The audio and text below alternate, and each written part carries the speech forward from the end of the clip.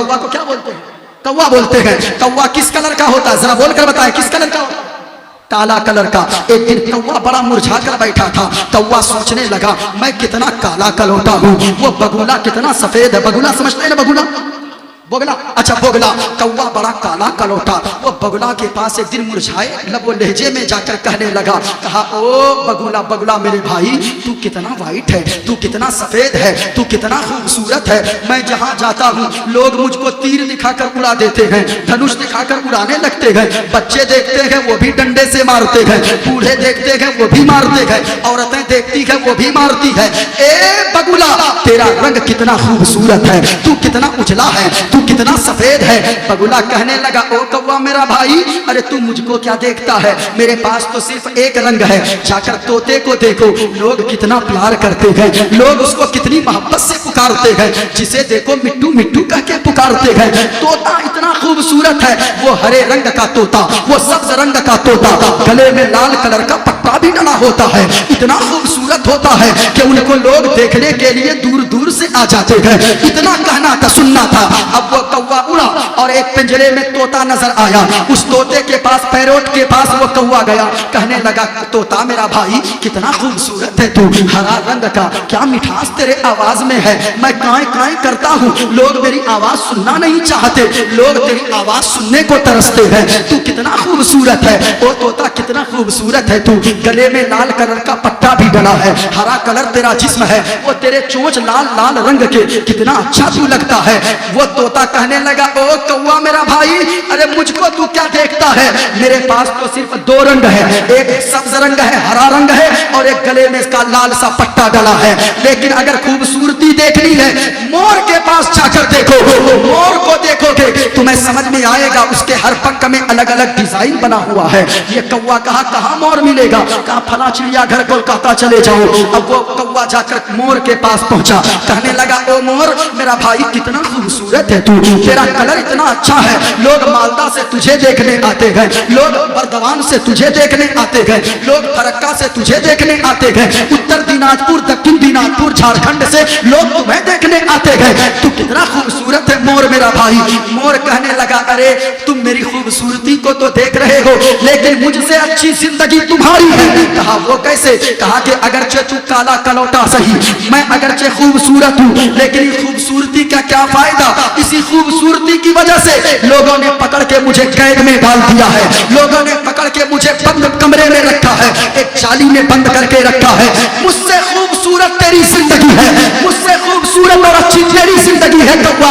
अरे काला है तो क्या हो गया, कम से कम जहां चाहता है उड़ के तो चला जाता है, जिस टहनी पे डाली पे दरख्त पे चाहता है उस दरख्त पे जाकर बैठ जाता है। मुझसे खूबसूरत तेरी जिंदगी है। यही हालत इंसानों की हो गई है जो जिंदगी में सुकून नहीं है। एक साइकिल वाला मोटरसाइकिल वाले को देखता है, सोचता है बड़े सुकून में मोटरसाइकिल वाला है, वो मोटर वाला सोचता है कि ये फोर व्हीलर वाला बड़े सुकून में है। कभी जाकर पूछो फोर व्हीलर वाले से, कभी मकान वाले से पूछो, कभी ज्यादा पैसे वालों से पूछो, उसको इस टेंशन में नींद नहीं आती है कि हमारा पास अगर पैसा कम हो गया तो फिर हम हमारे बच्चों का क्या होगा, हमारी बीवी का क्या होगा, हमारे बेटे का क्या होगा, हमारी माँ का क्या होगा, हमारी बहन का क्या होगा।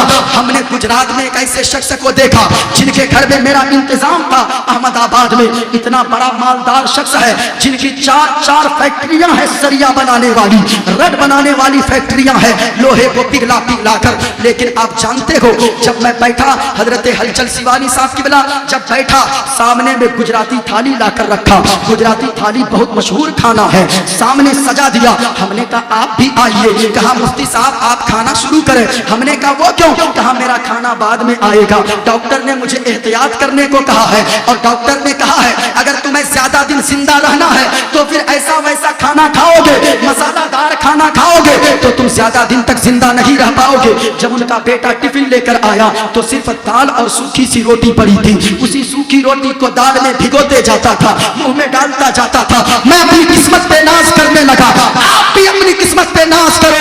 या अल्लाह, हमें तूने गरीब तो बनाया है, कम से कम उनकी तरह बीमार तो नहीं बना। बनाया है, कम से कम उसकी तरह परेशान हाल तो नहीं रखा है।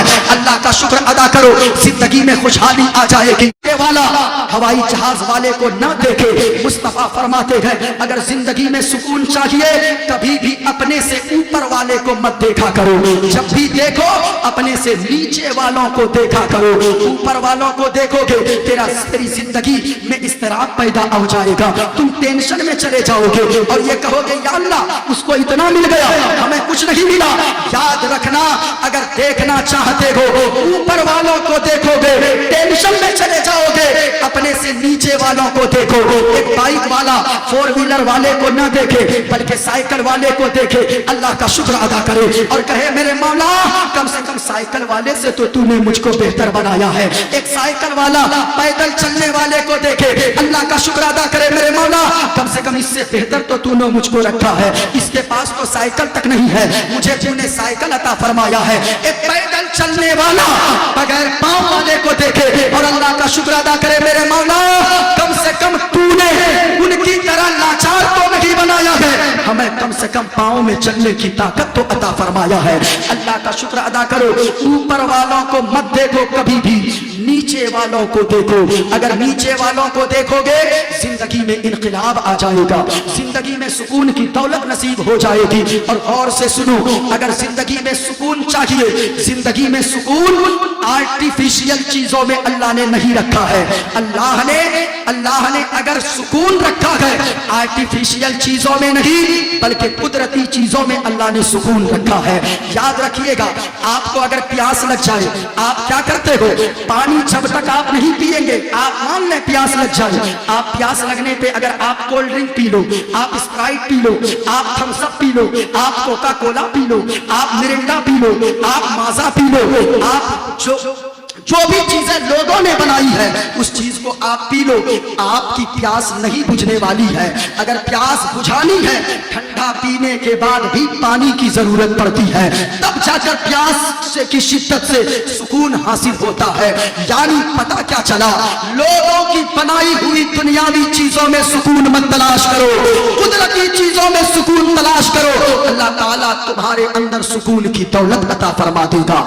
मकान वाला झोंपड़ी वाले को देखे, झोंपड़ी वाला फुटपाथ वाले को देखे, जाओ दिल्ली की सड़कों पे फुटपाथ पे जाकर देखो, कोलकाता के फुटपाथ पर जाकर देखो, तुम्हें अगर वो मिट्टी का भी घर अल्लाह ने अता फरमाया है वहां जाकर देखोगे अल्लाह का शुक्र अदा करोगे। कितने मजदूर ऐसे हैं जो मजदूर फुटपाथ पे जाकर सोकर रात गुजार देते हैं। अल्लाह की बारगाह से अगर सुकून हासिल करना है एक नुस्खा पे पहले अमल करो, जब भी देखो ऊपर वालों को मत देखो, अपने से नीचे वालों को देखो, अल्लाह सुकून की दौलत अता फरमा देगा।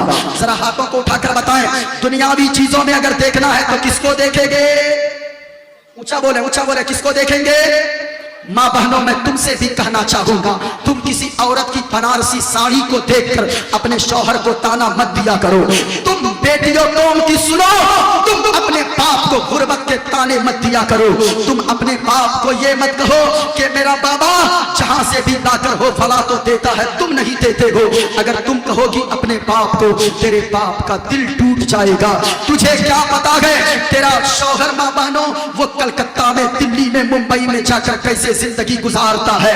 हमने देखा है 20-20 ईंट अपने कांधे पे पूरी पीठ पर लेकर वो 20-20 ईंट लेकर वो 10 मंजिला मकान पे चढ़ जाता है। वो तेरा शौहर होता है कमाने वाला, 8 घंटा जब मजदूरी करने जाता है, इनसे पूछना कि मजदूरी करने वालों को तकलीफ कितनी हुआ करती है।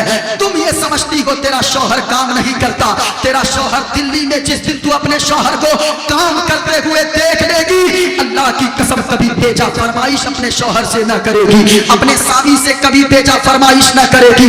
इसलिए माँ बहनों बेजा फरमाइश मत करो। दूसरों के सलवार सूट को देखकर, दूसरों की बनारसी साड़ी को देखकर, दूसरों के कंगन पाजेब को देखकर, दूसरों के हीरे जवाहरात और जेवरात को देखकर तुम अपने शौहर को ताने मत दो, बल्कि तेरा शौहर अगर अमीर हो अल्लाह का शुक्र अदा करो, अगर गरीब हो सब्र कर लो। मदीने वाले मुस्तफा फरमाते हैं जो औरत अपने शौहर की गुर्बत में सब्र करने की और नमाज की पाबंदी करते रहेगी, अल्लाह का शुक्र अदा करती रहेगी, ऐसी औरत को अल्लाह बगैर हिसाब जन्नत अता फरमा देगा।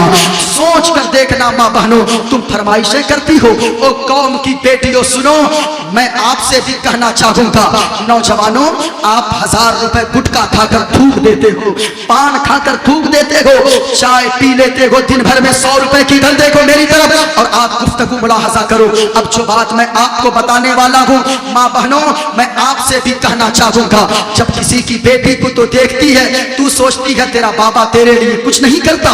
माँ बहनों, तू सोचती है तेरा शौहर कुछ नहीं करता, तेरा घर का मालिक कुछ नहीं करता। नहीं नहीं, वो तो दिल्ली में फुटपाथ पे सो लेता है।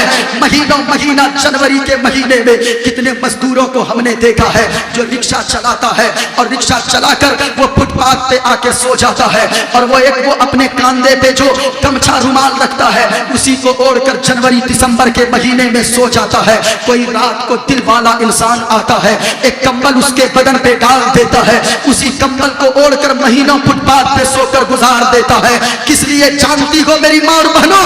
सिर्फ इसलिए ये तेरा शौहर वो फुटपाथ पे सो जाता है, 100 रुपए दिन भर में नहीं खाता है होटल में, वो पैसे बचा कर रखता है इसलिए कि ये पैसे बचाकर तुझे पैसे देगा, तुझे ये घर में रानी बनाकर रखना चाहता है। और ओ कौम की बेटियों, तेरा बाप तुझे शहजादी बनाकर रखना चाहता है, लेकिन बाप को गुर्बत के ताने